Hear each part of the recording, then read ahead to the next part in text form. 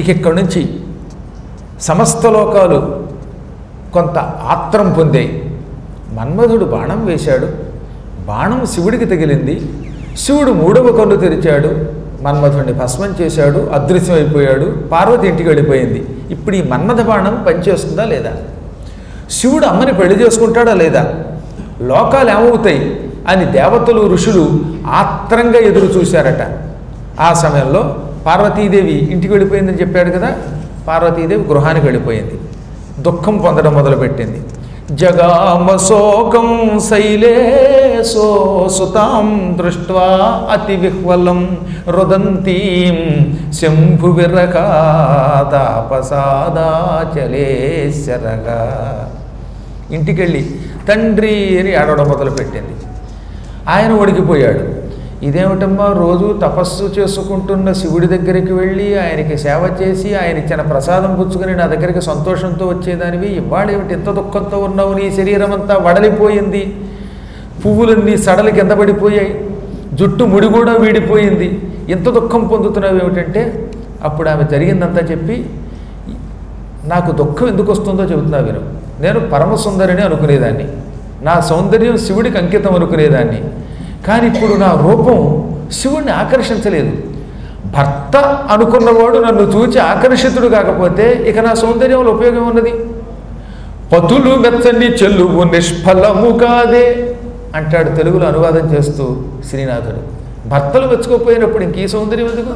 దండగా.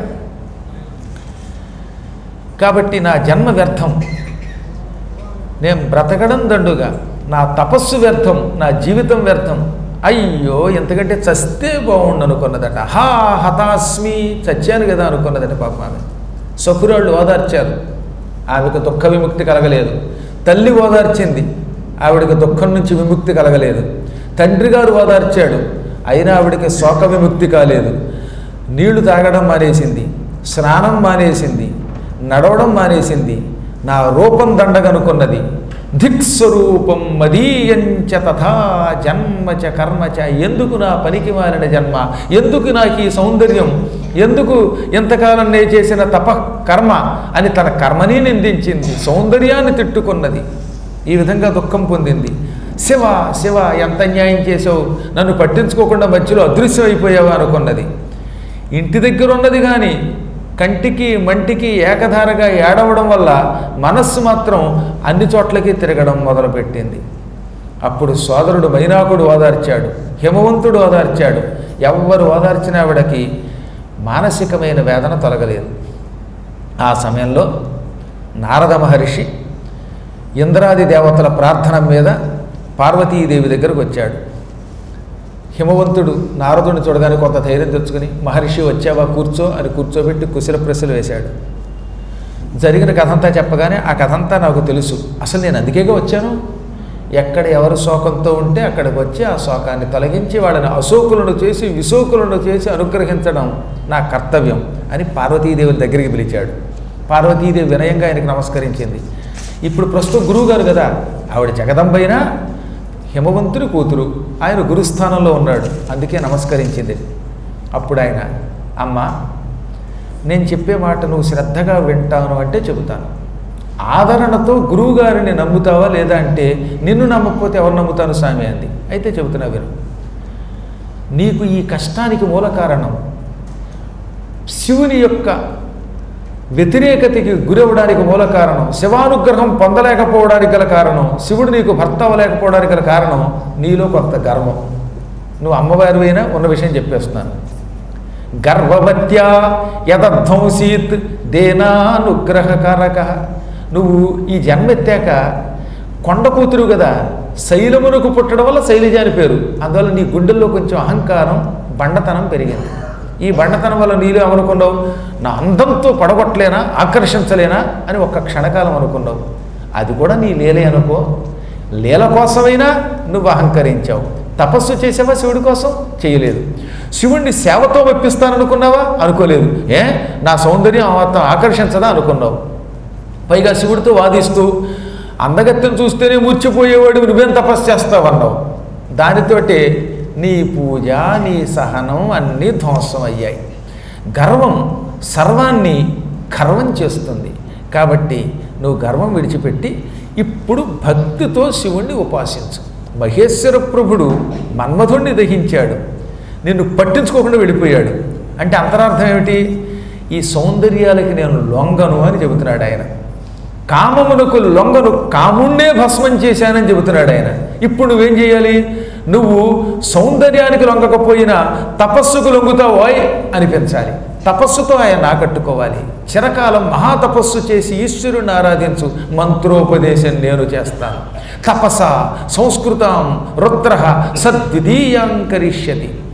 తపస్సుతో ఆయన్ని మెప్పిస్తే ఆయన మళ్ళీ మనస్సు మార్చుకొని తిరిగి నీ దగ్గరకు వస్తాడు. శివుడి దగ్గరికి కాదు మనం వెళ్ళడం, శివుడిని మన దగ్గరికి రప్పించుకోవడమే గొప్ప. శివుడి దగ్గరికి వెతుక్కుంటూ కైలాసంలో ఉన్నావా, సంపత్ నగర్లో ఉన్నావా అంటే దొరకడు ఆయన, ఏ నగర్లోనూ దొరకడు. కానీ ఆయన్ని దొరకబుచ్చుకోవాలంటే మనం ఉన్న చోటికి రప్పించుకోవాలి. రప్పించుకోవాలంటే మానసికమైన దృఢమైన భక్తితో ఆరాధించాలి. భక్తికి చిక్కినట్లుగా ఆయన దేనికి చెక్కడు. భక్తితో నిష్ఠతో తపస్సు చేసి ఆయన్ని నీ దగ్గరికి రప్పించుకో, ఆయన్ని గెలు. నువ్వెప్పుడూ శివుడిని విడిచిపెట్టి ఉండవు. అసలు మీ ఇద్దరు వాక్కు అర్థంలా కలిసే ఉంటారు. మీ ఇద్దరిని విడిగా ఎవరూ చూడలేరు. ప్రస్తుతం మాత్రం ఏమి లేలో నాకు అర్థం కాదు. శివలీల శివుడికి, శివాలయాల శివకి తెలియాలి. మీ లీలల మధ్యలో మేము నలుగుతున్నాం. మీరు ఎప్పుడు ఏకమవుతారా అని మేము చూస్తున్నాం. నీకు చేతులు ఎత్తి దండం పెడతాను, కానీ శివమంత్రం నీకు ఇస్తాను. నమశివాయ అనే పంచాక్షరి మంత్రం ఆ జపం చేసి శివుణ్ణి రప్పించి మెప్పించి ఆయనకి వెళ్ళాలివై మమ్మల్ని ముప్పులోంచి తప్పించి రక్షించు. ఆ మాట విన్నది శివ, ఆయనకి నమస్కరించింది. కొంచెం నిట్టూర్పు కూడా విడిచింది. టండోయ్ కించిదుచ్ఛ్వసిత అని కొంచెం గాలి విడిచిపెట్టింది, మరీ పెద్ద నిట్టూర్పు విడిచిపెట్టకుండా. ఆ తర్వాత ఇలా అన్నది, త్వం తు సర్వజ్ఞ జగతాముపకారకర ప్రభో రుద్రస్య ఆరాధనార్థాయ మంత్రం దేహి మునేహి మే న సిద్ధ్యతి క్రియా కాపి సర్వేషాం సద్గురుం వినా.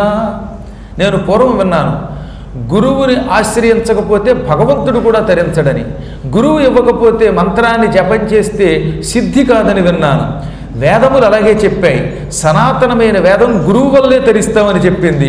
సద్గురువు లేని ఏ పుణ్యకర్మము సిద్ధించదట. అందువల్ల నా అదృష్టవశాత్తు సద్గురువు అయ్యను నువ్వు వచ్చావు. నువ్వు నాకు రుద్రారాధన విధి చెప్పు, మంత్రాన్ని ఉపదేశించు. గురూపదిష్ట మార్గంలో నేను రుద్రుణ్ణి ఆరాధిస్తాను.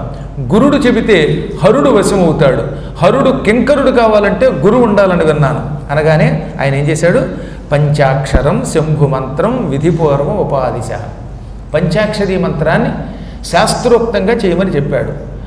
ప్రణవముతో కూడిన పంచాక్షరిని ఉపదేశించాడు. ఈ శివ పంచాక్షరి విడిచిపెట్టకుండా చెయ్యి. శృణుదేవి విను, ప్రతిరోజు నువ్వేం చేయాలో చెబుతాను. అది నేను చెప్పినట్టు చేసావా, శంకరుడు ప్రసన్నుడవుతాడు. నేను నీకు ఇచ్చిన పరమ పంచాక్షరీ మంత్రం చాలా గొప్పది, అద్భుతమైనది.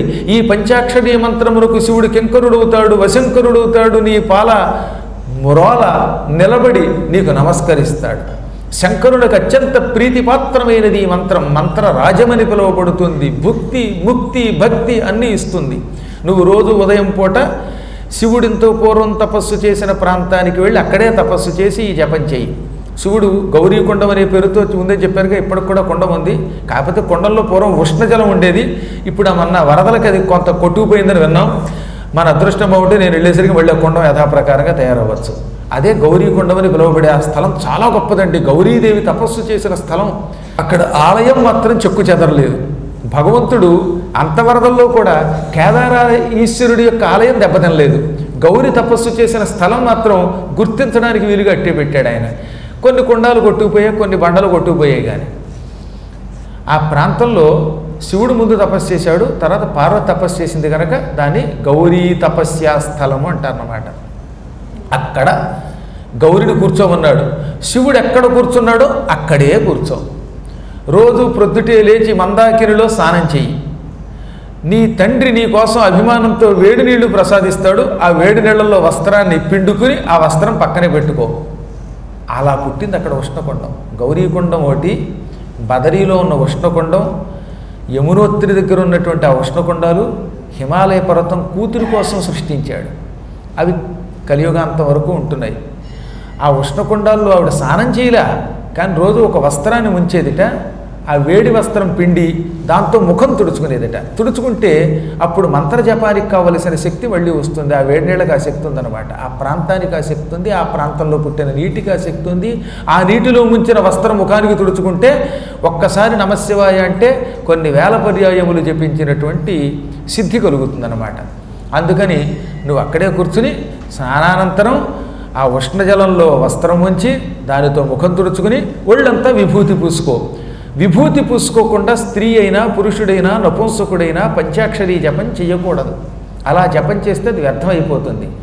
దిగ్భస్మరహితం ఫాలం దిగ్గ్రామమశివాలయం దిగనీశార్చనం జన్మ దిగ్విద్యామశివాశ్రయాం. భస్మం లేని నుదురు పనికిమాలినది, శివుడు లేని విద్య పనికిమాలినది, శివాలయం లేని ఊళ్ళో అసలు అన్నం తినకూడదు, అక్కడికి వెళ్ళడం తప్పు. అందువల్ల ఎప్పుడూ కూడా భస్మం పూసుకునే శివార్చన చెయ్యాలి. నువ్వు ఒళ్ళంతా విభూతి పూసుకో, నారచీరలు కట్టుకో, జపమాల పట్టుకు వెళ్ళు, స్నానానంతరం జపం చెయ్యి. జపం చేస్తున్నంతసేపు నియమనిష్టలతో ఉండు. లోపల శివుణ్ణే స్మరించు, శివుడి రూపమే దర్శనమివ్వాలి. ఇలా చేస్తే శివుడు ప్రసన్నుడవుతాడు. తపస్సు చేత పొందలేని ఫలం అంటూ ఉండదు. తపస్సు ఏదైనా సాధింపచేస్తుంది. వెళ్ళు అనగానే ఆమె అలాగే చేస్తానన్నది. ఈయన అదృశ్యుడైపోయాడు. ఆవిడ అలా వెళ్ళగానే వెంటనే ఆమె జయా విజయలనే తన చెలికెత్తలిద్దరినీ వెంట పెట్టుకుంది. ముందుగా తండ్రి గారికి నమస్కారం చేసింది. నాన్నగారు, నేను తపస్సు చేసి శివుడిని మెప్పించాలనుకుంటున్నాను అనగానే జయా విజయులు కూడా అదే అన్నారు. ఏమండోయ్, నారదుల వారి వీడికి మంత్రోపదేశం చేశాడు కాబట్టి వీడిని వెళ్ళనివ్వండి అనగానే తండ్రి గారు వెళ్ళమ్మా, నాకేం అభ్యంతరం లేదన్నట్టు. సహజంగా తండ్రులు తొందరగా లొంగుతారు. ఆడపిల్లలు ఏదైనా వచ్చి అడిగితే నాన్నగారు కాదనలేరు. కానీ ఆయన ఒక మెలిపెట్టాడు, నాకు సమ్మతమే, అమ్మకు కూడా చెప్పడం ధర్మం కాబట్టి ఒక్కసారి అమ్మ యొక్క అనుమతి కూడా తీసుకోనన్నట్ట. అప్పుడు వీళ్ళు మళ్ళీ తల్లి దగ్గరికి వెళ్ళారు, మేనాదేవి దగ్గరికి వెళ్ళారు. అమ్మా, నేను తపస్సుకు వెడతాను అన్నది పార్వతి. మా చెలికెత్తెకి తపస్సుకు వెళ్ళడానికి అనుమతి ఇయ్యి అన్నారు జయా విజయలు. మేనాదేవి తెల్లబోయింది. అమ్మ బాబాయ్, నా కూతురా నువ్వు తపస్సు కడితే ఎలా తల్లోయ్, నువ్వేం తట్టుకుంటావమ్మా? రోజు పొద్దున్నే పాలు తాగడానికి అలవాటు పడిన దానివి. ప్రొద్దుటే లేచి ఆవు పాలు వేడివేడిగా నేను కాచి అందులో ఇంత పటిక బెల్లం ఇస్తే ఆ పటిక బెల్లం వేయబడినటువంటి పాలు తాగుతావు నువ్వు అంటే. అప్పట్లో ఆడపిల్లలు పటిక బెల్లం వేసిన పాలు తాగేవారట. అమ్మవారు కూడా అలాగే పాలు తల్లిస్తే తాగేదనమాట. మనం పొద్దుటే కాఫీ తాగట్లా, అలాగే ఆ రోజుల్లో చక్క ఆడపిల్లలకి ఆరోగ్యం కోసమని ఆవు పాలు కాచి అందులో ఇంత పటిక బెల్లం ఇచ్చేవారు అనమాట. ఆ పటిక బెల్లం వేసినటువంటి ఆవు పాలు ఇస్తే వాళ్ళు తాగేవారు, అందుకే ఆరోగ్యంగా ఉండేవారు. కాఫీలు తాగాక గ్యాస్ ట్రబుల్స్ వస్తున్నాయి, కానీ ఆవు పాలు తాగితే గ్యాస్ ట్రబుల్స్ రావండి. ఎంత మంచిదో మీరు చూడండి. కావాలంటే ఆవు పాలు తాగినటువంటి స్త్రీ గర్భకోశం బాగుపడుతుందట. అందుకే గోశాలు అని ఎన్నిసార్లు చెప్పి ఇక్కడ గోశాలను రక్షిస్తున్నారు వీళ్ళు. ఎంత అద్భుతమైన ఉండే గోవులు. ఒక్క క్షణం అక్కడికి వెళ్ళి నిలబడితే ఎంత గొప్ప సువాసన వస్తుందో. దానివల్ల ముక్కులుకున్న రోగాలు పోతాయి. మళ్ళీ ఇక్కడికి రాగానే ముక్కులకు గుడ్లు పెట్టుకుంటారే, ఈ కరోనా వైరస్కి భయపడి గుడ్డ కట్టినట్టుగా ఈ గుడ్డ అక్కడికి వెళ్ళా కట్టుకోకర్లా. ఎందుకంటే అక్కడున్నవి పరమ పవిత్రమైన గోవులు గనక. గోశాలలో ఉంటే ఆరోగ్యం, బయటకు వస్తే మళ్ళీ అనారోగ్యం. ఈ కలియుగంలో గోవులకి చాలా శక్తి ఉంది.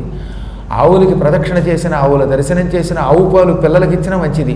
ఆవు పాలు చిన్నప్పటి నుంచి ఆడపిల్లల చేత తాగిస్తే భవిష్యత్తులో సిజేరియన్ ఆపరేషన్ అవసరం ఉండదు, గర్భకోశం బాగుపడుతుంది, బంగారం లాంటి పిల్లవాడు పుడతాడు. ఇంకో రహస్యం చెప్పిన మీకు, ఆయుర్వేదం చెప్పినమాట, ఈ థైరాయిడ్ సమస్య ఈ మధ్యన ఆడపిల్లలకి ఎక్కువైపోయిందా, థైరాయిడ్ సమస్య పోతుంది ఆవు పాలు తాగించండి పిల్లల చేత.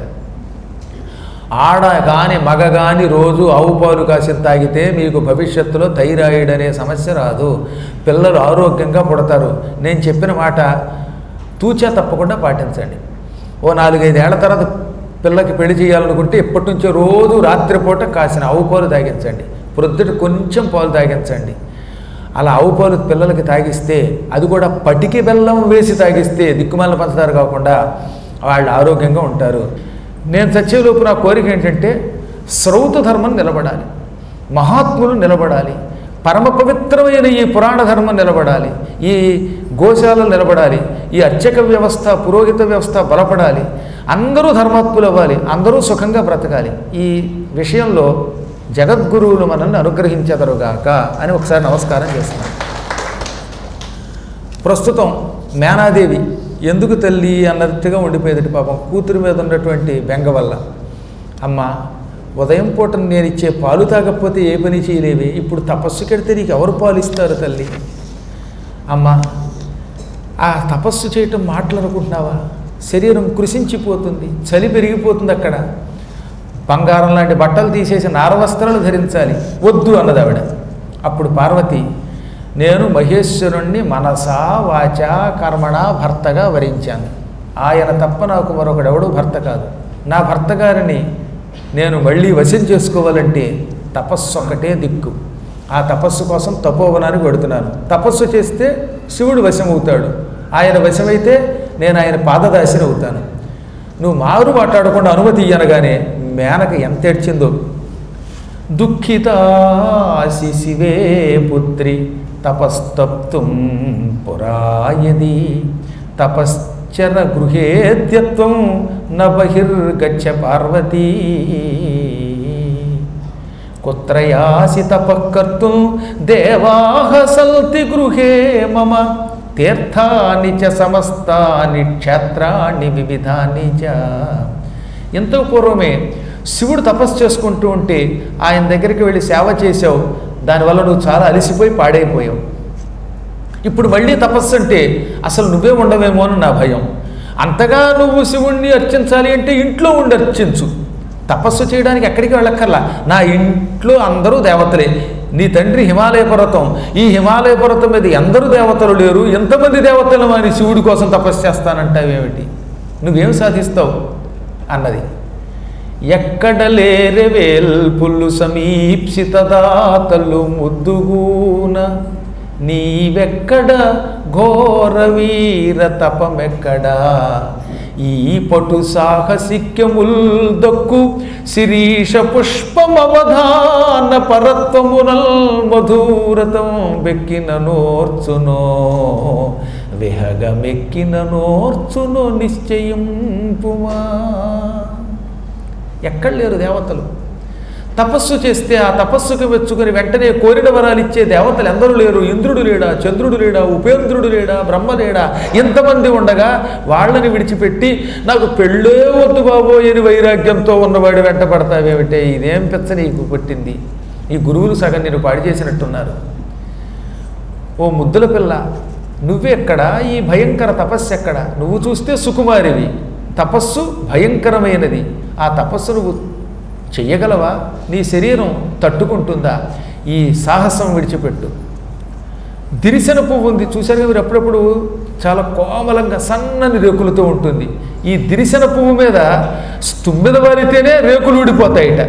తుమ్మెదని కూడా తట్టుకోలేదు ఆ పువ్వు. అటువంటిది దాని మీద ఓ పెద్ద పక్షి వాలితే తట్టుకుంటుందా? మధువ్రతం బెక్కిన నోర్చునో అంటే పైకి ఒక అర్థం ఏమిటి? ఏదో తుమ్మెద వాలితే తట్టుకుంటుంది కానీ పక్షి వాలితే తట్టుకోలేదని ఒక అర్థం. నిజానికి అది కూడా కదా అర్థం. తుమ్మెదని కూడా భరించలేనంత కోమలమైనది ఆ పుష్పం. మీరు చూడండి, ఆ పువ్వు మీద తుమ్మెద వాలితే కూడా రేకులు ఊడిపోతాయి. నువ్వంత సుకుమారివి, ఆ పువ్వు లాంటి దానివి. హాయిగా నవ్వుకుంటూ ఇంట్లో ఉండక తపస్సు చేస్తే నువ్వు ఉండవు, నీ నవ్వు ఉండదు, మధ్యలో మేము ఉండం.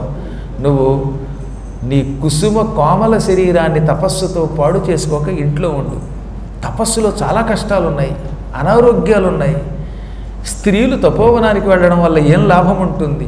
దేవతలు ఇతరులను ఎవరినైనా ప్రార్థించు, లేదా మంచి సంబంధాలు చాలా ఉంటాయి. ఒక శివుడేమిటి బోల్డునంతమంది ఉన్నారు, డబ్బు ఉన్నవాళ్ళు, బలవంతులు, మహానుభావులు ఎందరూ లేరు. నా మాట విని ఎవరో ఒకరిని వరించరగా చాలామంది ఉంటారు. కానీ శివుడు లాంటి వాడు ఎవడో ఉండడు. శివుడు అంటే శివుడే. అమ్మా, నీకు హిమవంతుడు భర్త కావాలి అనిపించగానే ఆయన కోసం తపస్సు చేసావని విన్నాను నేను. నీకో న్యాయం, నాకో న్యాయమా? నీకేమో నీ భర్తే భర్త కావాలనిపించిందా? నాకు మాత్రం లోకభర్త అయిన శివుడు భర్త కావాలనిపించదా? ఎవరేమనుకున్నా నేను శివుణ్ణి తప్ప అన్యపురుషుణ్ణి వరించను. ఆయన కోసం ఎంత తపస్సునైనా సహిస్తాను, ఓపిక తెచ్చుకుంటాను. నువ్వు మాత్రం అనుమతిచ్చి తీరాలి అనగా అప్పుడు ఆవిడ ఓమా అంది. అంటే ఊ అంటే ఓ అమ్మాయి, మా వద్దు, తపస్సు వద్దంది. వెంటనే హిమవంతుడు అమ్మాయికి భలే పేరు పెట్టావు, ఈ రోజు నుంచి ఉమా అని పిలుస్తానన్నట్ట. అమ్మాయి వద్దు, అమ్మాయి వద్దు అన్నది ఆవిడికి పేరైపోయింది. అప్పుడు చిట్ట చివరికి హిమవంతుడు, భార్యామణి ఎందుకు ఇంత బేలవైపోయావు, ఇదంతా శివలీల, అందుకే నువ్వు కారాదు బేల, ఈ బాలని తపస్సుకి పంపించు. ఈవిడ నిజంగా బాలాదేవి అమ్మవారు, ఈవిడ తపస్సు ఫలిస్తుంది, నా మనస్సు సత్యం చెబుతోంది. నాకు తెల్లవారుజామున వచ్చిన కళ అప్పుడు ఆనాడు ఇది నిజమవుతోంది, అమ్మాయికి వచ్చిన కళ కూడా సఫలమవుతుంది. ఈ జగన్మాత వల్ల మనం తరిస్తాం, ధైర్యంగా ఉండన్నట్ట. అప్పటికి కొంత ఒప్పుకుంది ఆవిడ. పార్వతీదేవి తపస్సు చేయడానికి అంగీకరించింది. అప్పుడప్పుడు భర్తలలో సపోర్ట్ చేయాలన్నమాట. ఎవరిని, భార్యని కాదు, తమ బిడ్డల్ని. మీరు చెప్పారు కదా సర్లేండి అంటారు వాళ్ళు. ఈ విధంగా మొత్తం మీద జగన్మాత తపస్సుకి అనుమతి పొందింది. తల్లిదండ్రులకు వినయంతో నమస్కరించింది. శివుడి గురించి తపస్సు చేయడానికి తన చెలికత్తెలిద్దరినీ వెంట పెట్టుకున్నది. కట్టుకున్న పట్టు వస్త్రాలు విడిచిపెట్టింది. నార చీరలు, ముతక చీరలు కట్టుకుంది. మెడలో ఉన్న ఆభరణాలు తీసేసిందిట. మృగ చర్మం ధరించింది.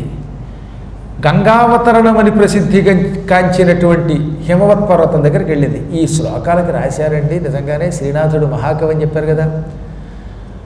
భూధర రాజకన్య మణిభూషణముల్ దిగద్రావి ఈశ్వరారాధన కేళి కౌతుక పరాయణయై భరిల్చే పాండురక్షాధృతి పూర్వకంబుగా ప్రగాఢ పయోధర మండలీ సముచ్ఛేద విశీర్ణ సంహతుల జల్లు మహీరుహ వల్కలంబులం.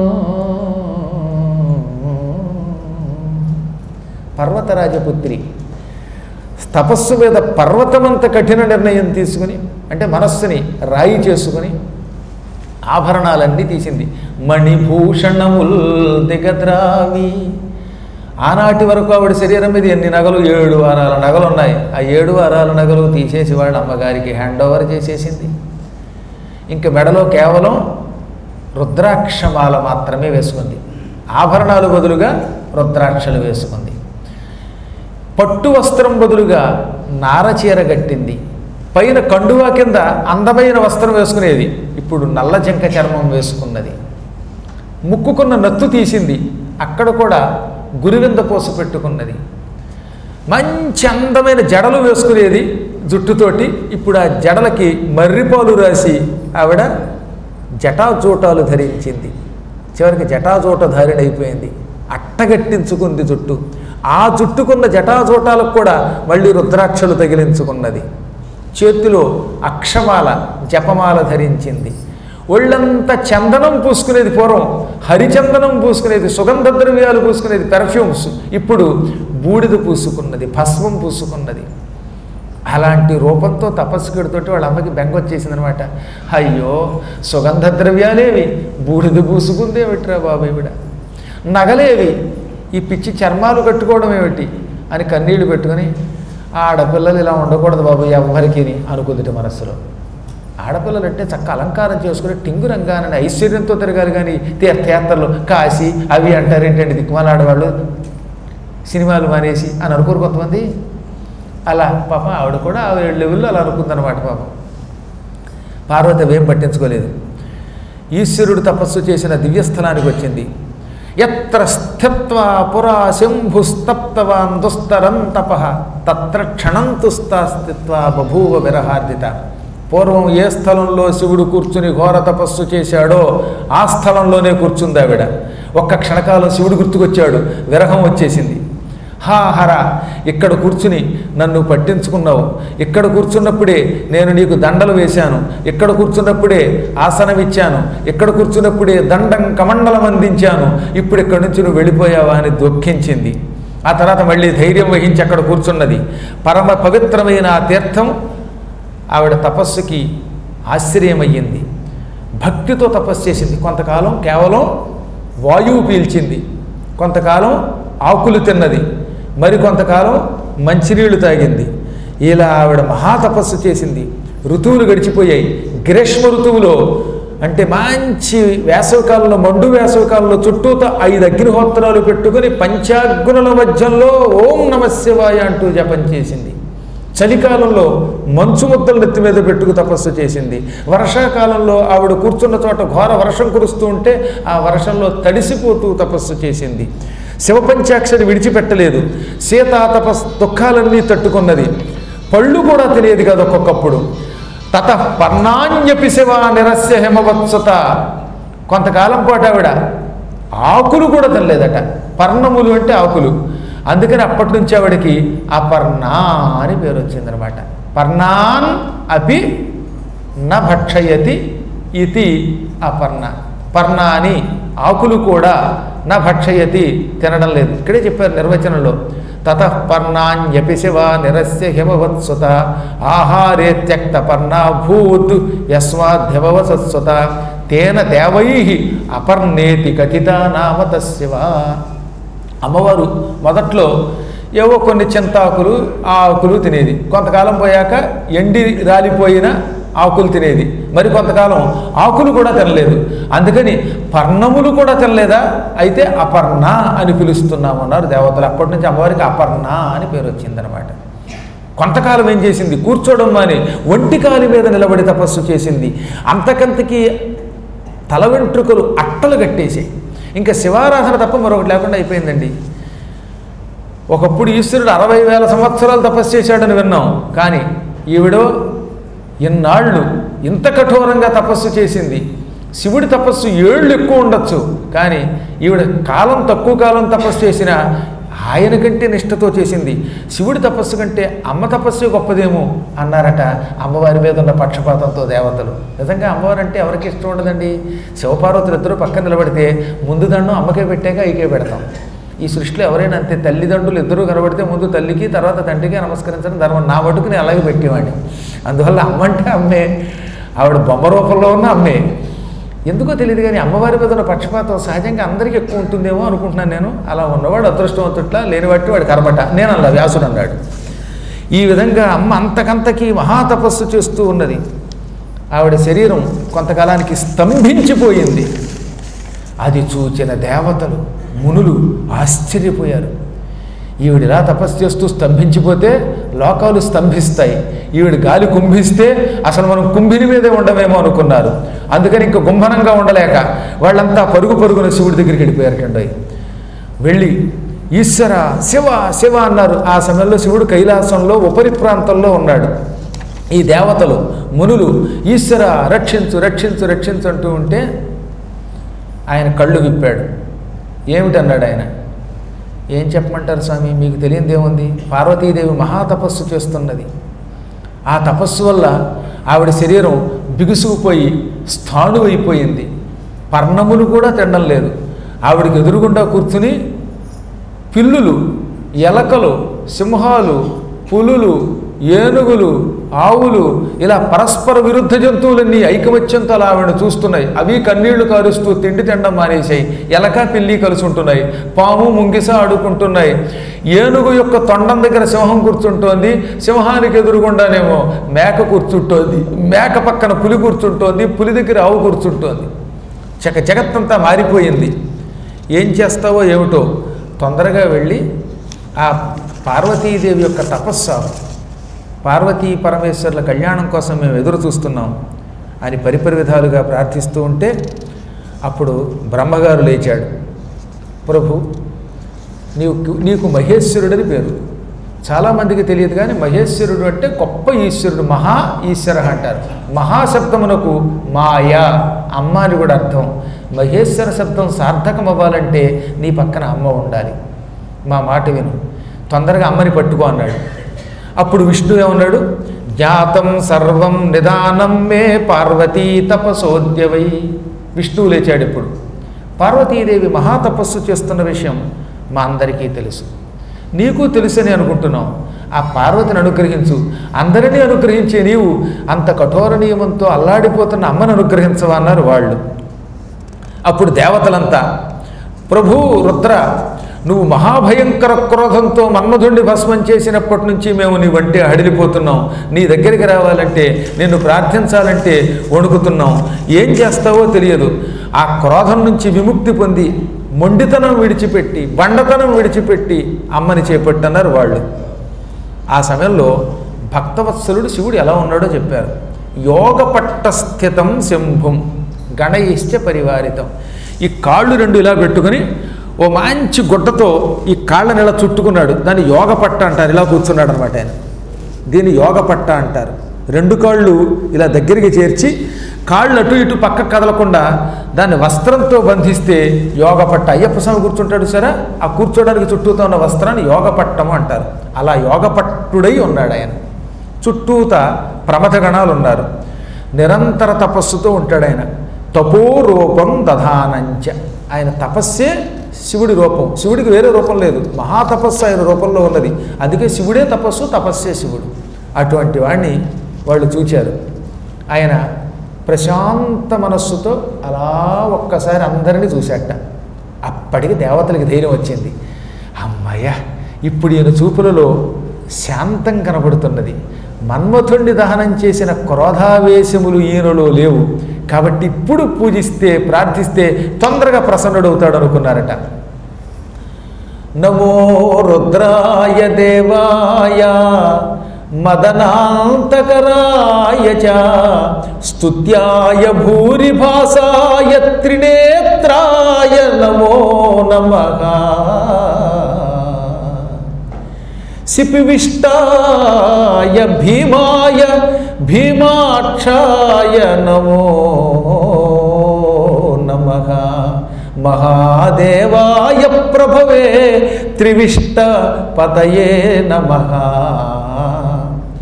త్వం నాథః సర్వలోకానాం పితా మాతా త్వమీశ్వరః శంభురీశః శంకరోసి దయాళుస్త్వం విశేషతః. త్వం ధాతా సర్వజగతాం త్రాతుమర్హసి నః ప్రభో త్వాం వినా కః సమర్థోస్తి దుఃఖనాశే మహేశ్వర. నీవు మహాకాంతి స్వరూపుడివి, మన్మథుణ్ణి భస్మం చేసిన వాడివి.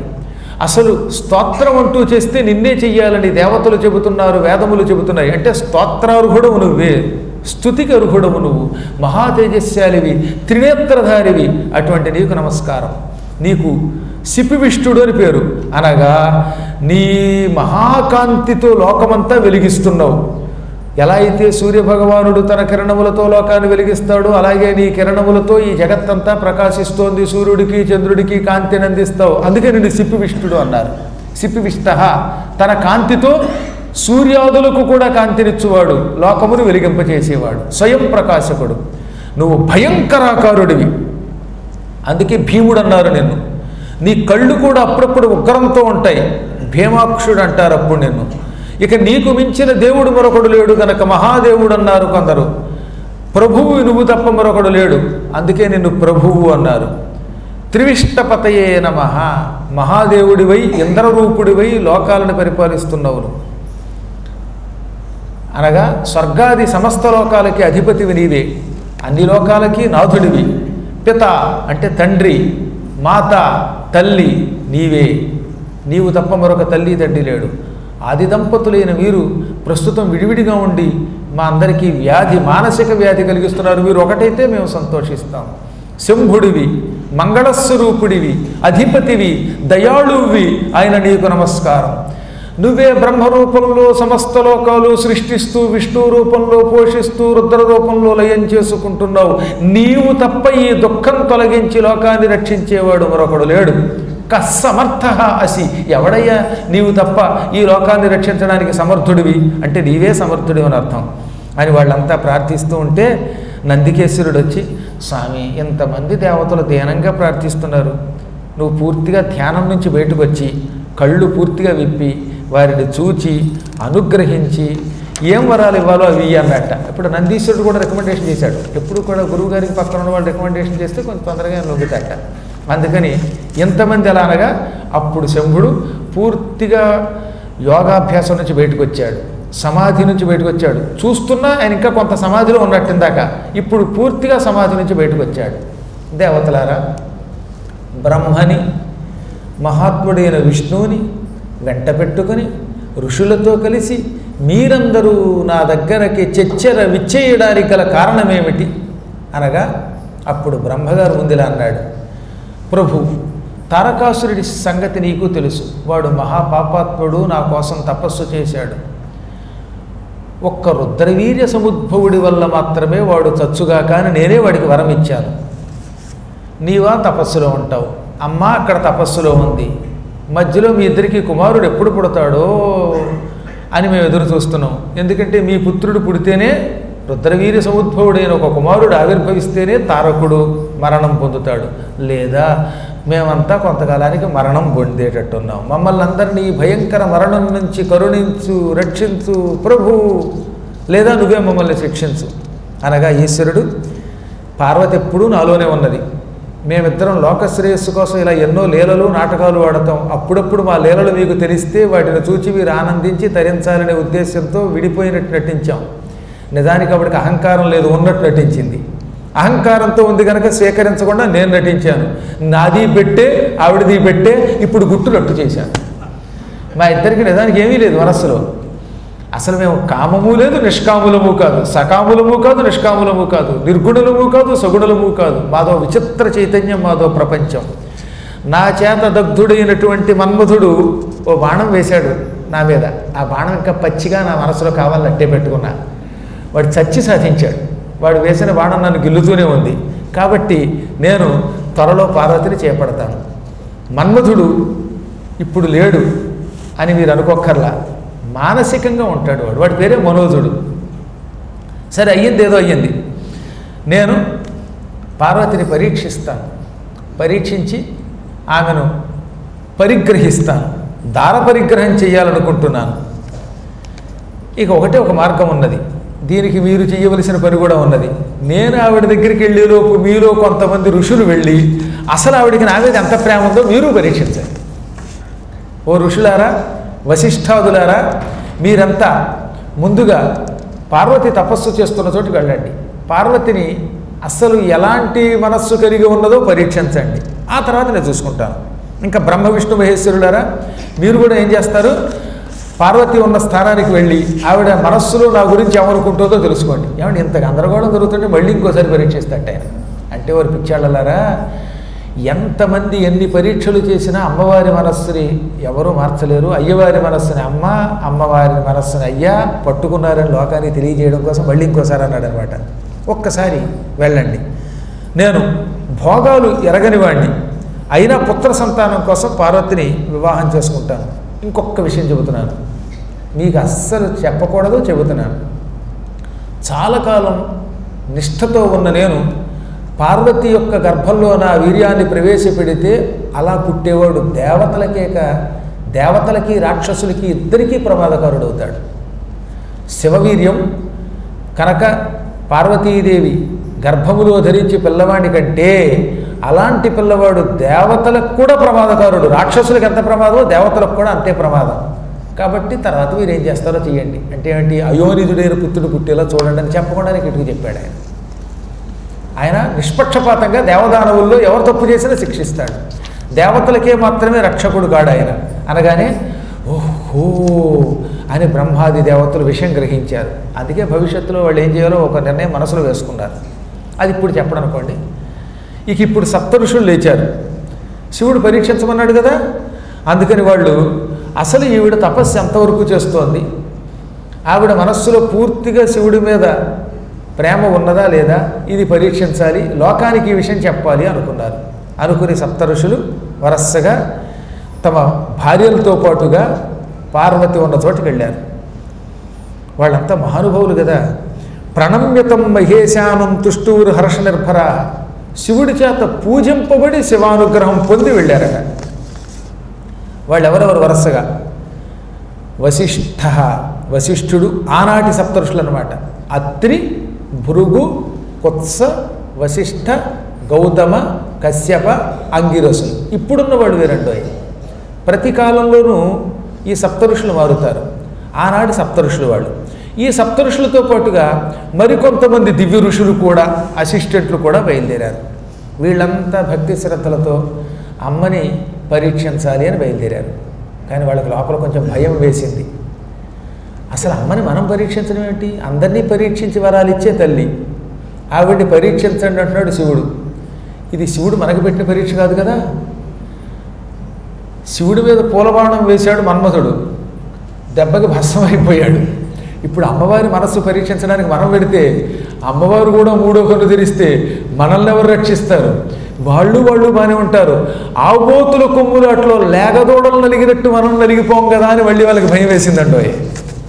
ఎంత కాదనుకున్నా అంతటి జగదంబ దగ్గరికి వెళ్ళి శివుడిని ఎందుకు పెళ్లి చేసుకోవడం, నీ మొహాన్ని రెచ్చగొట్టి శివుడి మీద ఆవిడకి ప్రేమ ఉందో లేదో అని పరీక్షిస్తే, ఆవిడ కనుక ఆగ్రహిస్తే, మూడవ కన్ను తెరిస్తే, ఆ క్షణమే మనం చస్తే మనల్ని ఆవిడ కాపాడతాడు అనుకుని వెంటనే రెండు చేతులు వినయంగా జోడించి బయలుదేరేటప్పుడే జగన్మాతర్మాతస్తవ చరణ సేవ నకలనా, ఓ జగన్మాత, నిరంతరం మా మనస్సులో నువ్వు తప్పెవరుంటావు, నీ పాదపద్మములను మనస్సులో పెట్టుకుని ధ్యానించే భక్తులం మేము.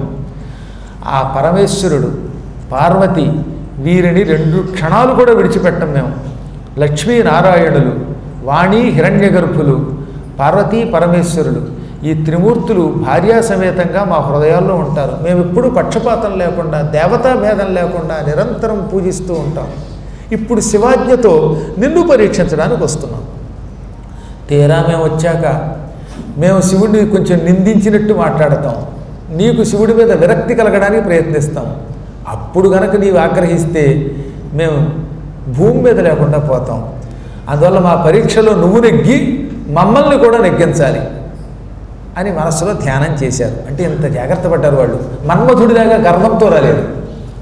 ఒక అనుభవం అయింది కదా వాళ్ళకి. మన్మధుడు విర్రవీగాడు, దాంతో ఆ తర్వాత లేకుండా పోయాడు. అందుకని అంత జాగ్రత్తగా అమ్మని ప్రార్థించుకుని వెళ్ళారట. ఇప్పుడు వెళ్ళేసరికి అమ్మవారు హాయిగా కూర్చుని జపం చేసుకుంటుంది. ఓం నమ శివాయ, ఓం నమ శివాయ అని మహా తేజస్సుతో ఉన్నది ఆవిడ.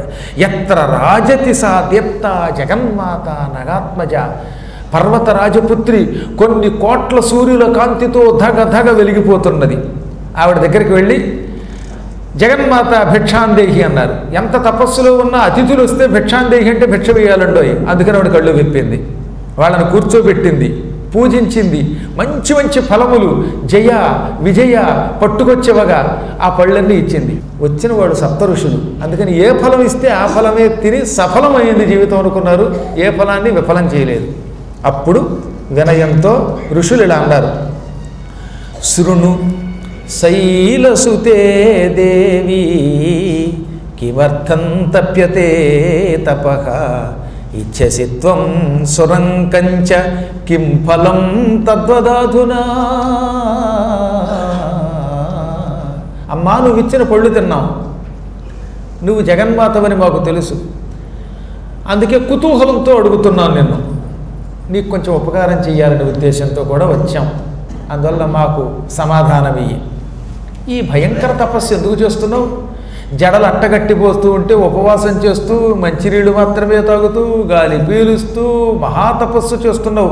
ఇంతకీ తపస్సు వల్ల ఏం కోరుకుంటున్నావు? తపఃఫలితంగా ఏం కావాలి నీకు అనగా, పార్వతి పరమరహస్యం అయినా చెబుతున్నాను, మీకు తెలిసి ఉండొచ్చు లేదా చెబుతున్నాను. నా మనస్సు ఈ సంసారం మీద వ్యామోహం లేనిది. ఉన్నదల్లా నా మనస్సుకు ఒకటే వ్యామోహం, అది రుద్రప్రేమ. పరమేశ్వరుడు నా వల్లభుడు, ఆయన మళ్ళీ వల్లభుడు కావాలని తపస్సు చేస్తున్నాను. దేవర్షి అయిన నారదుడు నా గురువు, ఆయన పంచాక్షరి మంత్రాన్ని ఉపదేశిస్తే ఆ మంత్ర జపం చేసుకుంటున్నాను నేను. నా మనస్సు హఠాత్తుగా రెక్కలు తెగిన పక్షిలాగా కుప్పకూలిపోతోంది. ఎందుకని? శివుడు రావడం లేదు, నన్ను చేపట్టడం లేదు. మనస్సేమో ఎగరాలి శివుడి దగ్గర కనిపిస్తోంది, కానీ ఎగరకుండా రెక్కలు తెగొట్టేస్తే పక్షి ఎలా కొట్టుకుంటుందో అలాగా శివుడిని పొందలేక ఏడుస్తోంది. మొత్తం మీద శివుడు భర్త కావాలనే కోరికతో తపస్సు చేస్తున్నాను, ఇంతకు మించి నాకు వేరే కోరిక లేదనగానే ఋషులు పక్కపక్కన గారు, అమ్మాయి మీ నాన్నగారు పండితుడు, నువ్వు పండితురాలు అనుకున్నాం, నువ్వు ఎంత అజ్ఞానివైపోతావు అనుకోలేదు మేము. ఏది నారదుడి మాటలు విని తపస్సు చేస్తున్నావా? ఆ నారదుడి సంగతి నీకు తెలుసా? దేవర్షే క్రూర మనసః, క్రూరుడు దేవర్షి. ఇదంతా పరీక్షించడానికి అంటారు ఉండే, మనసులో దేవర్షికి దండం పెట్టి మరీ తిడుతున్నారు వాళ్ళు. కొంతమంది అలాగే గురువుగారు దండం అని నెత్తి మీద కర్రతో కొడతారు. అలాంటి గురువు ఆ శిష్యులు కొందరు ఉంటారు. అలాగా మానసికంగా మరి నారదుడిని తిట్టకూడదు కనుక పూజిస్తూ శివుడు హత్య కనుక ఇవిడి పరీక్షించడానికి ఏమంటున్నారు? ఆ దేవర్షి చరిత్ర నీకు తెలియదు, అతడు క్రూరుడు, మోసగాడు, నువ్వు బుద్ధిమంతురాలివి. అటువంటి గురువుల మాటలు విన్న వాళ్ళంతా పాడైపోతారు. కాబట్టి నా మాట విను, మేము నీకు జ్ఞానం బోధిస్తాం. ఈ ప్రపంచంలో శివుడు తప్ప మిగతా వాళ్ళంతా గొప్పవాళ్ళే. కాబట్టి ఎవరినైనా పెళ్లి చేసుకోవచ్చు, కానీ చూస్తూ చూస్తూ ఆ శివుణ్ణి వ్యర్థుణ్ణి ఎలా పెళ్లి చేసుకుంటావు? ఈ నారదుడి సంగతి చెప్పమంటావా? దక్షుడికి చాలామంది కొడుకులు పుడితే ఆ కొడుకుల దగ్గరికి వెళ్ళి తపస్సు చేసుకోండి అని చెప్పాడు. పాప వాళ్ళంతా తపస్సుకు పోయారు. దాంతో దక్షుడి ఒళ్ళు మండిపోయింది. నా కొడుకులు హాయిగా సంసారంలో ఉంటారు, పిల్లల్ని కంటారు, నాకేదో ఉపకారం చేస్తారు అనుకుంటుంటే వాళ్ళకి దుర్బోధ చేసి తపస్సుకు పంపుతావా నారద? నీవు ఇక మీదట నిలకడ లేకుండా ప్రపంచమంతా సంచారం చెయ్యని తిట్టాడు. ఆ తిట్టు వల్ల శాపం వల్ల ఇప్పుడు నారదుడు సంచార జీవి అయిపోయాడు. ఆయన ఎక్కడో చోట ఉంటాడు. ఓ నెల్లాళ్ళు గుంటూరులో ఉంటాడు, శివపురాణ చెబుతాడు, నెల్లాళ్ళేమో కాకినాడ పోతాడు, ఇంకో నెల్లాళ్ళేమో కెనడా పోతాడు, ఇంకో నెల్లాడు అమెరికా పోతాడు. దిక్కుమాల నారదుడికి దక్ష ప్రజాపతి శాపం. ఎప్పుడు పురాణాలు చెప్పుకుంటూ నారాయణ నారాయణ అని తిరుగుతాడు. వాడికి సరైన తిండా, ఓ చోట ఏమో కొబ్బరి పచ్చడి వేస్తారు, ఓ చోట రబ్బరి పచ్చడి వేస్తారు, ఓ చోట డాల్డా వేస్తారు, ఓ చోట నెయ్యి వేస్తారు. ఎక్కడ ఏం తింటాడో తెలియదు. ఏమిటమ్మా అలాంటి వాడి మాటలు నమ్మి శివుడి పెళ్లి చేసుకుంటాను, శివుడి మంత్రం అంటావు? మా మాట విను, మహానుభావులైనటువంటి వ్యక్తులు పెళ్లి చేసుకోవాలి, డబ్బున్నవాడిని పెళ్లి చేసుకోవాలి, పదవి ఉన్నవాడిని పెళ్లి చేసుకోవాలి, ఏమీ లేదా కనీసం కీర్తి ఉన్నవాడిని చేసుకోవాలి.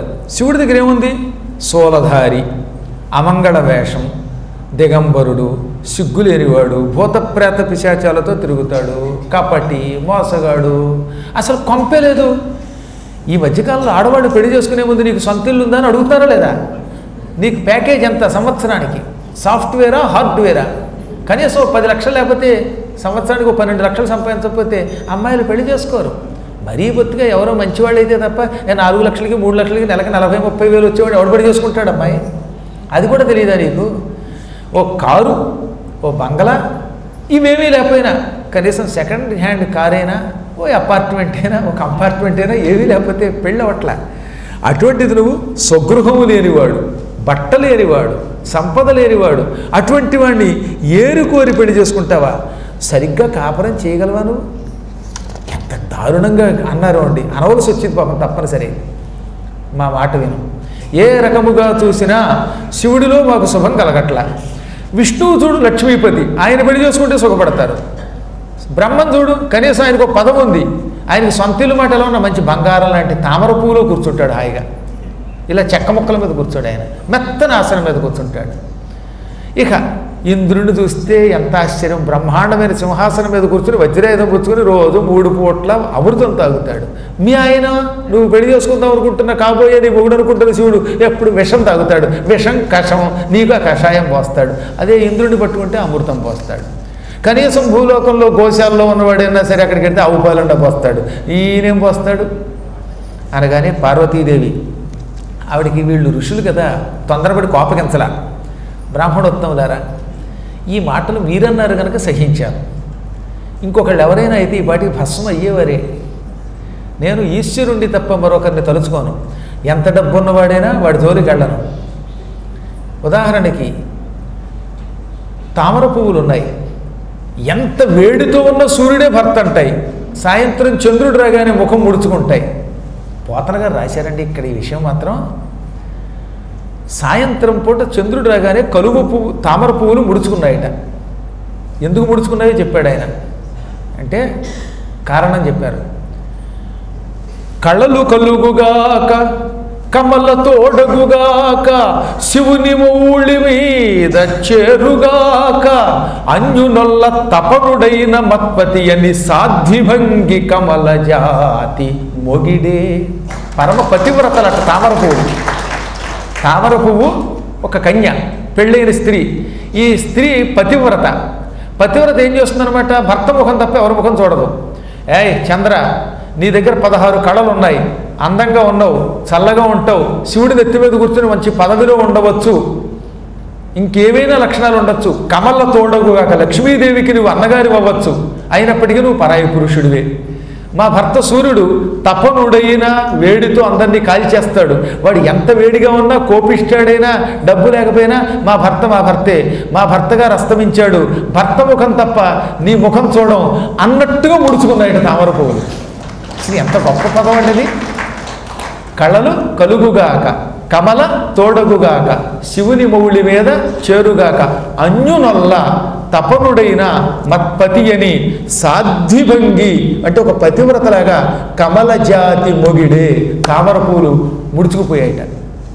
తామర పువ్వులు కోపిష్టివాడైనా డబ్బు లేకపోయినా సూర్యుడే భర్త అనుకుంటాయి. నేను అంతే, మా రుద్రుడికి డబ్బు లేకపోవచ్చు, శ్మశానంలో ఉండొచ్చు, ఎవడవచ్చు, అతడేనా భర్త అంటే తొందరపాటుతనంతో అడ్డమైన వాడికి పెళ్లి చేసుకుని ఆ తర్వాత యావజ్జీవితం దుఃఖించేవాళ్ళని స్త్రీలు అనరు. పెళ్లికి ముందే బాగా ఆలోచిస్తారు, ఒక నిశ్చయానికి వస్తారు, వస్తే ఇంకా వ్యక్తిని యావజ్జీవితం విడిచిపెట్టరు. నేను అటువంటి దాన్ని. దేవర్షి అయిన నారదుని మీరు నిందిస్తున్నారు. దక్ష ప్రజాపతి కొడుకుల్ని సన్యాసుల్ని చేశాడు కాబట్టి నారదుడు సన్యాసి అనుకుంటున్నారు. ఆ మహాత్ముడు సద్గురువు అనే పదానికి అసలైన నిర్వచనం. గురువుల వచనం ఏమైనా చెయ్యాలి అని శాస్త్రం. గురువునాం వచనం పథ్యమితి వేద విదో విదుగు. ఒకసారి నువ్వు గురువు అన్నాక ఆ గురువు గారు ఏం చెప్పినా అదే పథ్యం అంటే చేసి తీరాలి అని వేదజ్ఞులైన పండితులు చెప్పారు. గురువునాం వచనం సత్యమితి ఏషాం దృఢామతి తేషామిహాముత్ర సుఖం పరమం నాసుఖం క్వచిత్. జ్ఞానులంటే ఎవరు? మా గురువు వాక్యం సత్యం అని దృఢ నిశ్చయం పొందేవాడు జ్ఞానులు.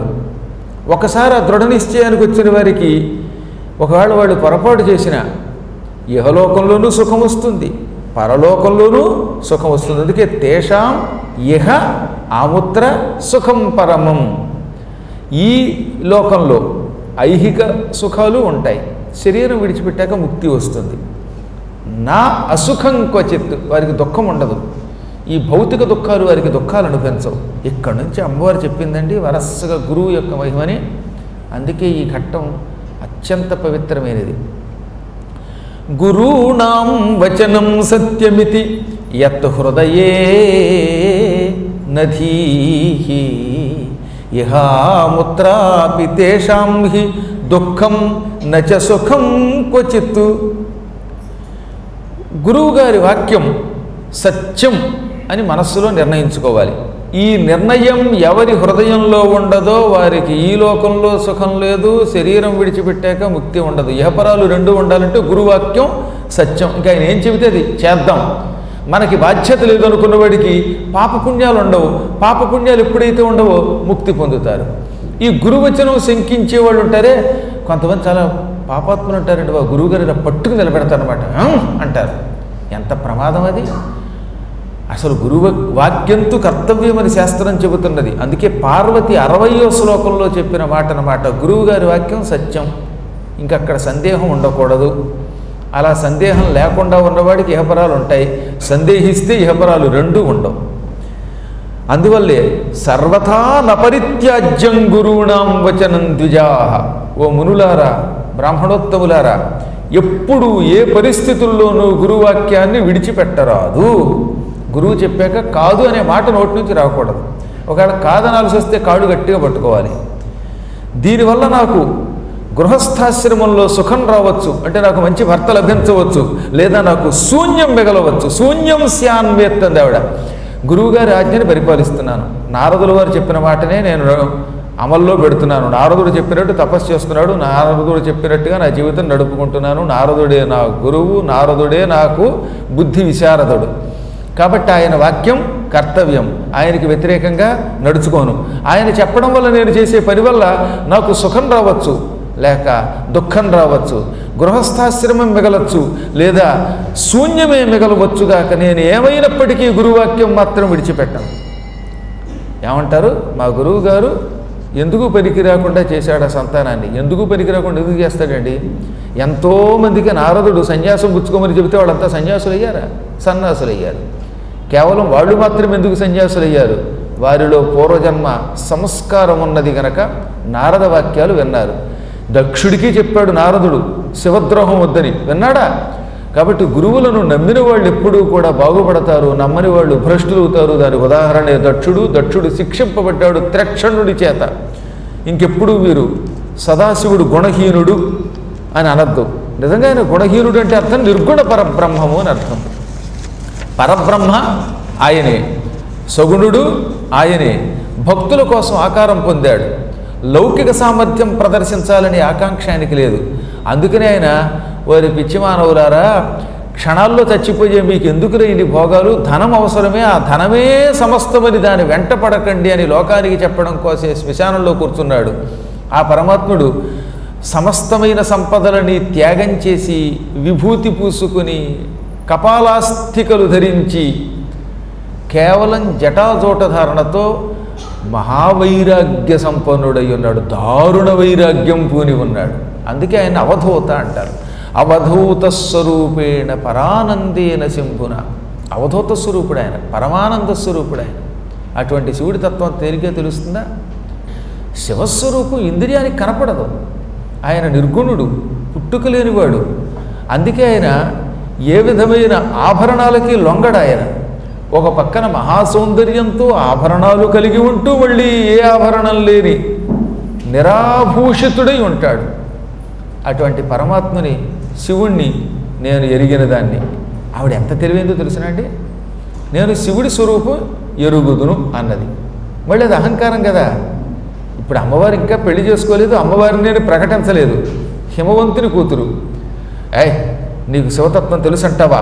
ఇది అహంకారం కదా అని మళ్ళీ ఎవరైనా అంటారేమోనని గురోరనుగ్రహేణైవ శివం జానామి తత్వతః అంది. గురువుల యొక్క అనుగ్రహం వల్ల, నా సద్గురుడు నారదుని యొక్క అనుగ్రహం వల్ల ఈశ్వరతత్వం బాగా గ్రహించాను. అందుకే శివుని పట్టుకున్నానంది ఆవిడ. ఎక్కడ అమ్మవారి మాటల్లో ఒక లొసుగు ఉండదు, ఎవరికీ దొరకదు. అందుకే చెక్కడు దొరకడు అంటారు, కానీ ఆవిడ చెక్కదు దొరకదు. అంత మహాత్మురాలు. అటువంటి శివుడు నన్ను పెళ్లి చేసుకుంటే నేను అమ్మవారిని అవుతాను, ఈశ్వరుని అవుతాను, ఈశ్వరి పక్కనుండి. ఒకవేళ ఆయనకి ధైర్యం రాలేదనుకో, అవివాహితురాలిగా శాశ్వతంగా ఇలాగే తపస్సు చేస్తూ నిరాహార దీక్షతో శరీరం విడిచిపెడతాను. ఇది సత్యం. ఉదయతి యది భాను పశ్చిమే దిగ్విభాగే ప్రచలతి యది మేరుస్యేతతాం యాతి వన్నిః వికసతి యది పద్మం పర్వతాగ్రే శిలాయాం నహి చలతి హఠో మే సత్యమే తద్బ్రవీమి. సూర్యుడు పశ్చిమ దిక్కున ఉదయిస్తే ఉదయించుగాక. మేరు పర్వతం ఎప్పుడూ కదలని పర్వతం కూడా గిర్రున కదలవచ్చుగాక. శీతతాం యాతి వన్నిః అగ్ని చల్లబడవచ్చుగాక. తామర పువ్వులు ఎక్కడ పడతాయి? చెరువులో. కానీ యది పద్మం పర్వతాగ్రే శిలాయాం వికసతి, ఒకవేళ తామర పువ్వు బండరాతి మీద కూడా మొలవచ్చునేగాక. అవి జరగచ్చేమో అంటే నిజానికి జరగవు కదా.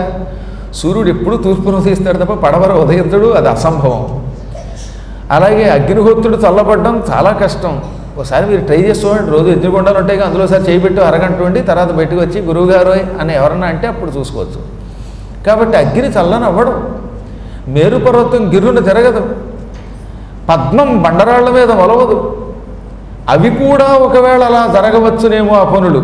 కానీ శివుడి మీద లగ్నమైన నా మనస్సు మాత్రం మారదు. అంటే నేను శివుణ్ణి తప్ప అన్యుణ్ణి వరించను. ఇక మీరు వెళ్ళొస్తే గౌరవంగా ఉంటుంది. ఇంకేదన్నా మీరు మాట్లాడితే ఆ తర్వాత ఏం జరుగుతుందో నేను చెప్పలేను. కానీ వెంటనే వాళ్ళు రెండు చేతులు జోడించి ఇంతకు మించి నువ్వు మాట్లాడకూడదు, మేము మాట్లాడకూడదు, నీకు జయము కలుగ్గాక అని పరుగున శివుడి దగ్గరికి వెళ్ళి ప్రభువు నీ ఆజ్ఞాబద్ధులమయ్యాం, అనరాని కొన్ని మాటలు అన్నాం, అంటున్నప్పుడు నిన్నే తలుచుకున్నాం, అందువల్ల మమ్మల్ని క్షమించు. ఆ అమ్మవారిని పరీక్షించడం ఏమిటి? అమ్మ దగ్గరికి వెడితే ఆవిడతో మాట్లాడుతుంటే మా దెమ్మ తిరిగినంత పని అయ్యింది, గిజగిజలు ఆడిపోయాం. ఆవిడ సంభాషణ, ఆ పాండిత్యం ఉంది, మేము ఇక్కడ మనకు వస్తాం. ఆవిడ అసలు వాక్కు, ఆవిడ శాంతి, స్వస్తిర్, నందిని, కాంతి సమస్తం ఆవిడ. యాదేవి సర్వభూతేషు విద్యారూపేణ సంస్థిత నమస్తస్మై నమస్తస్యై నమస్తస్యై నమో నమః. విద్యారూపంలో అందరి శరీరంలో ఉంటుంది. అటువంటి విద్యాస్వరూపిణి శ్రీ విద్యాస్వరూపిణి దగ్గరికి వెళ్ళి ఆవిడతో సంభాషణ చేసే శక్తి ఈ మునులకే ఉంటుంది అని వాళ్ళు అదృశ్యమైపోయారు. అలాగా అన్నాడు శివుడు. అన్నీ ఆయనకి తెలుసు, అయినా లోకానికి ఇది తెలియజేయాలి. పార్వతీదేవిని ఎందరూ పరీక్షించినా పరమేశ్వరుణ్ణి పట్టుకుంది. జీవాత్ములారా మీరు కూడా అలా పట్టుకోండి అనే విషయం చెప్పడానికి ఇన్ని నాటకాలు ఆడాడు ఆయన.